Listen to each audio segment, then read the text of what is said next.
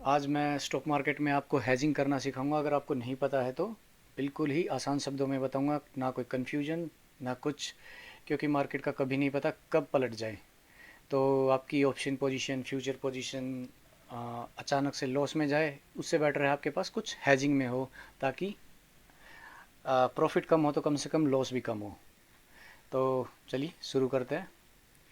ये मेरा जीरोधा का डैशबोर्ड है।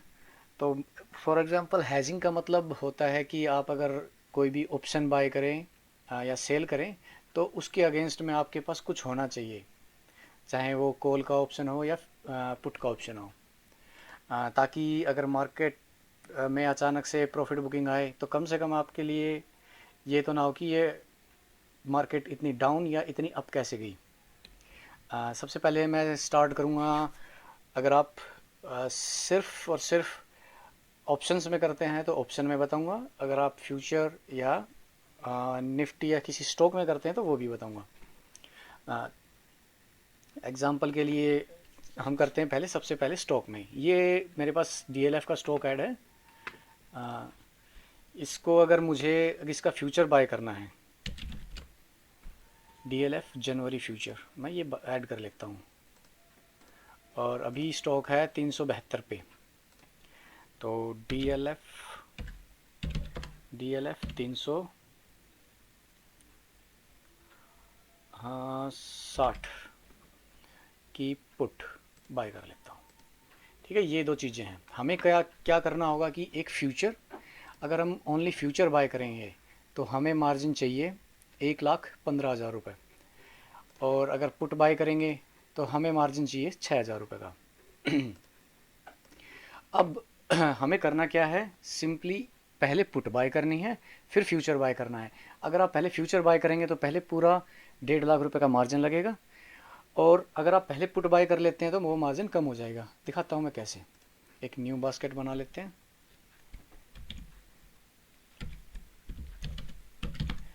डीएलएफ हैज करके, अब इसमें डीएलएफ फ्यूचर पोजीशन जनवरी की मैं आपको दिखा रहा हूँ। इसमें मार्जिन साफ साफ दिखाई दे रहा है। हमें चाहिए फाइनल मार्जिन 1,50,000 रुपये।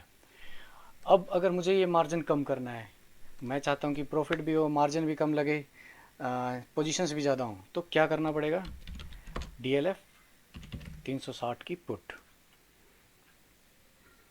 ऐड।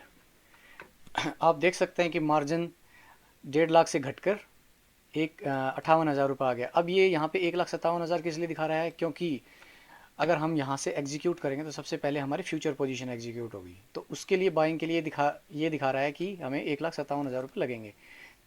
हमें करना ये होगा कि पहले पुट बाय करनी होगी। जैसे ही पुट बाय करेंगे तो रिक्वायर्ड मार्जिन हमारा कम हो जाएगा, और फाइनल मार्जिन भी। ना कोई समस्या ना कुछ। हाँ, अगर फ्यूचर हमारा अप जाता है तो फ्यूचर में प्रॉफिट होगा, लेकिन पुट में लॉस होगा।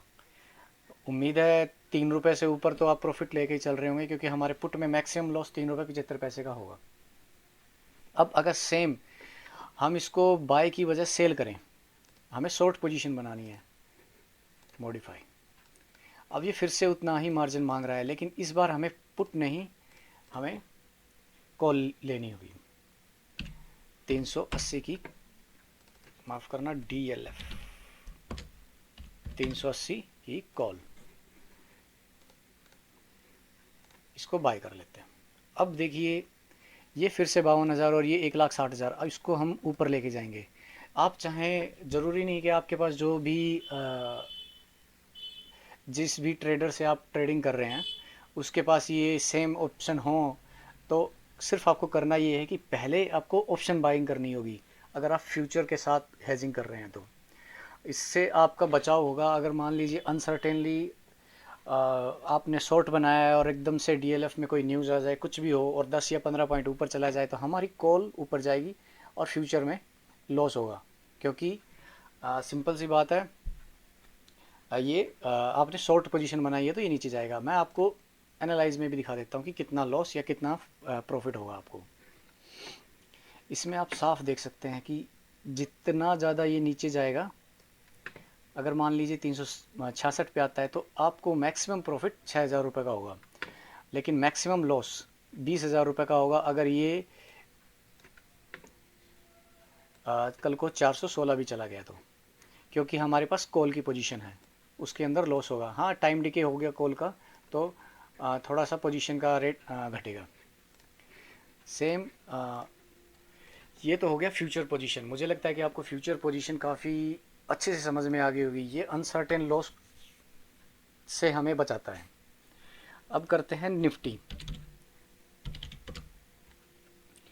निफ्टी की भी पहले फ्यूचर का दिखाता हूँ मैं आपको, सेम होगा। ये मेरे पास एक निफ्टी की बनी हुई है, मैं आपको इसी से दिखा देता हूँ। निफ्टी फ्यूचर, अगर हम जनवरी का फ्यूचर बाय करें मार्केट रेट पे ऐड 1,05,000 रुपये, निफ्टी 17,700 की पुट बाय करें ऐड, तो साफ दिखाई दे रहा है हमें 40,000 रुपये चाहिएंगे।